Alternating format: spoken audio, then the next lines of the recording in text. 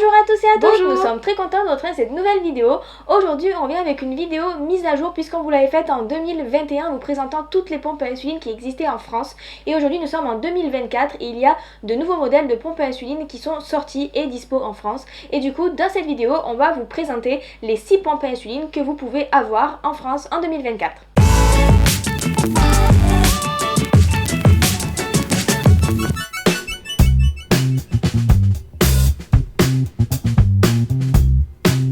Avant de commencer, on remercie le prestataire NHC de nous avoir prêté toutes les pompes à insuline qu'on va vous montrer ici. Voilà, on avait envie de vous les montrer en visuel pour que vous puissiez voir à quoi elles ressemblent.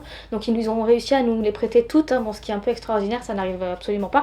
Mais voilà, bon, on a un peu insisté aussi du coup, mais voilà, on les remercie beaucoup. On est très contente de faire cette vidéo et de pouvoir partager ça avec vous. Et avant de commencer, bien sûr, c'est important de le préciser, on vous présente aujourd'hui les pompes dispo et remboursées en France en 2024. Donc si vous regardez cette vidéo en 2040 ou en 2030 ou 35, c'est peut-être pas forcément les mêmes qui seront disponibles, ou il y en aura des nouvelles ou ce sera des anciennes pompes, donc il faudra pas s'inquiéter, c'est normal. On est en 2024 et c'est aussi les pompes qui sont disponibles en France et remboursées.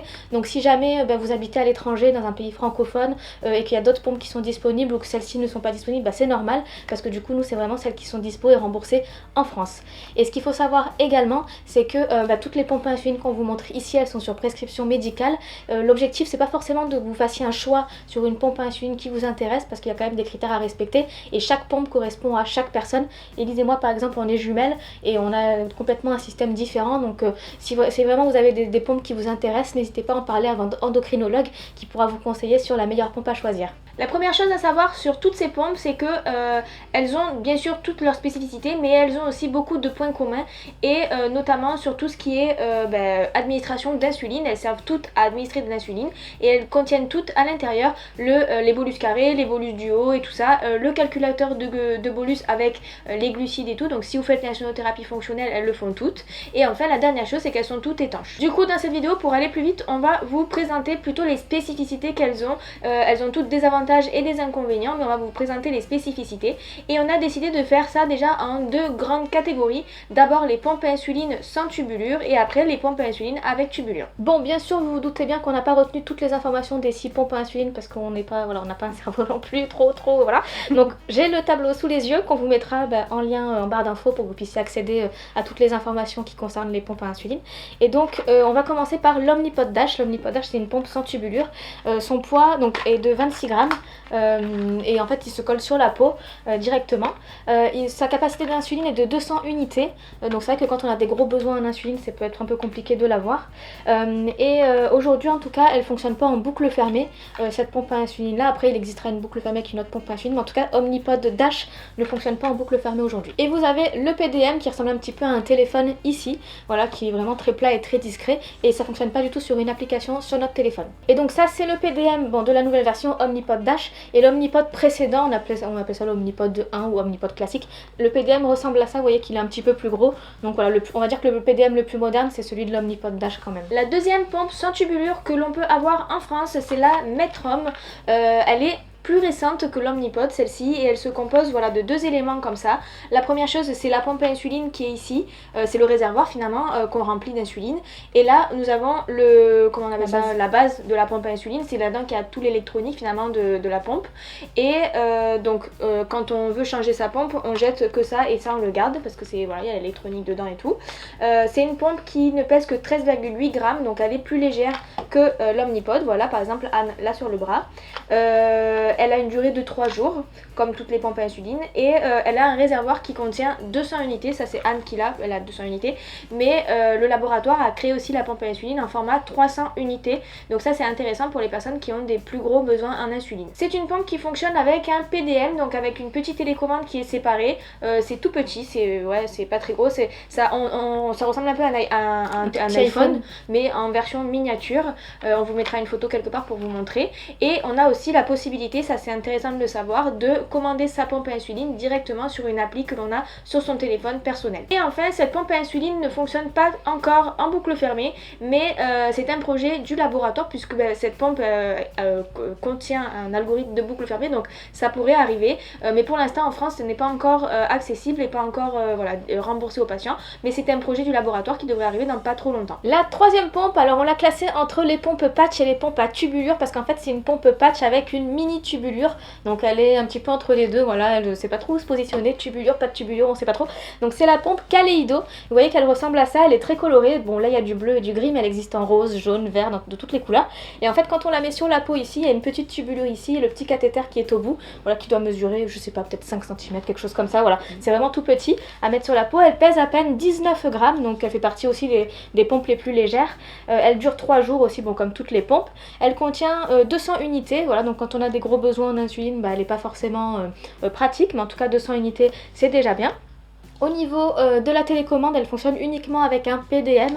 On vous mettra la photo par là parce qu'on l'a pas avec nous, mais voilà, c'est un téléphone qui est blanc comme ça, qui ressemble à... C'est un téléphone, voilà, c'est toujours assez discret. Et enfin, concernant le fonctionnement en boucle fermée, cette pompe à insuline là est disponible en boucle fermée en France. Donc si vous voulez une boucle fermée avec une pompe à peu près patch, vous pouvez utiliser celle-ci. Nous allons passer maintenant aux pompes avec tubulure. Donc quand on dit avec tubulure, c'est-à-dire qu'on a la pompe à insuline et on a un fil qui sort avec un cathéter qui est branché à la peau. Donc on en a 3. La première qu'on va vous présenter, c'est la Tandem, donc la Tandem T-Slim X2, elle s'appelle comme ça, donc c'est celle-ci. Cette pompe là, elle pèse 112 grammes, donc c'est vrai qu'elle est quand même déjà plus lourde que les autres pompes à insuline. Déjà nous quand on l'a prise en main, on a dit oulala, elle est un peu lourde, c'est vrai que c'est tout de suite plus lourd qu'une autre pompe à insuline. Elle contient 300 unités, ce qui joue un peu aussi dans son poids, puisque elle a plus d'unités que les autres, donc forcément elle est un peu plus lourde, elle dure 3 jours aussi. Elle se commande avec directement la pompe à insuline, puisqu'on l'a tout le temps sur soi, donc on fait les bolus à partir de la pompe à insuline.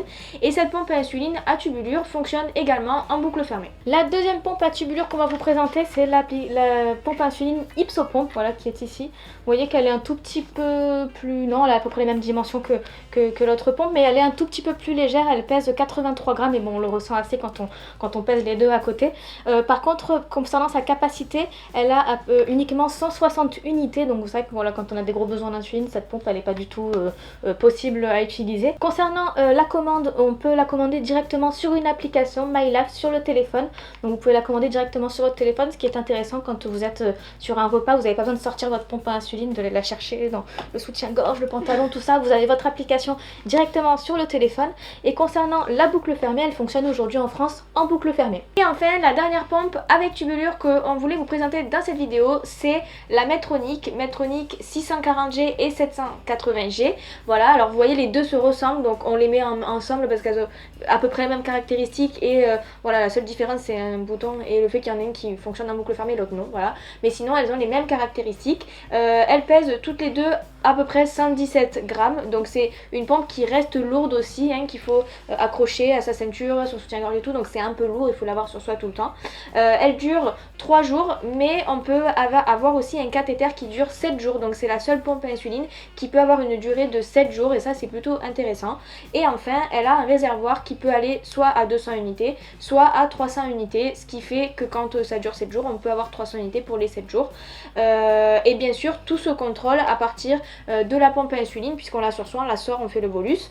Et il existe une application avec la 780 qui permet juste simplement de regarder ce qui se passe, voir si on a fait un bolus, voir la glycémie, etc. Mais pas de faire un bolus à partir de son téléphone, il faut le faire à partir de la pompe à insuline. Et après, concernant la boucle fermée, la 780 fonctionne en boucle fermée, pas la 640G. Voilà pour cette vidéo sur les pompes à insuline. Vous voyez, ça a été très succinct, on n'est pas trop rentré dans le détail de chacune, mais on vous mettra un tableau en lien de cette vidéo, en dessous de la vidéo, un tableau avec toutes les données et notamment également tous les critères de remboursement, puisque les critères évoluent en fonction des années, et du coup on vous mettra tout ça dans le tableau et on le changera au fur et à mesure quand il y aura des modifications. modifications. Et on vous invite également à aller voir les 2 autres vidéos qui ne seront pas encore sorties mais qui vont sortir prochainement, notamment celle sur les capteurs de glycémie, parce qu'on en a parlé de certaines dans cette vidéo, mais si vous voulez avoir plus de renseignements sur les capteurs, on vous invite à aller voir cette vidéo là. Et après on fera une vidéo également sur toutes les boucles fermées, et donc là on parlera des pompes, des capteurs et des boucles fermées qui sont voilà, qui permettent de gérer ça. Et donc on vous invite à aller voir ces 2 vidéos si jamais ça vous intéresse. N'hésitez pas également à nous dire vous dans les commentaires quelle pompe à insuline vous avez, pourquoi vous avez choisi celle-là, quels sont les avantages, les inconvénients et tout. C'est intéressant de savoir, et ça permet aussi de créer des échanges entre vous. Et voilà, quand on regarde les commentaires, on aime bien voir le retour d'autres personnes. Et n'hésitez pas également à vous abonner à nos réseaux sociaux, Facebook, Twitter, Instagram, etc. pour recevoir une notification en cas de nouvelles vidéos. Merci d'avoir suivi cette vidéo et à bientôt.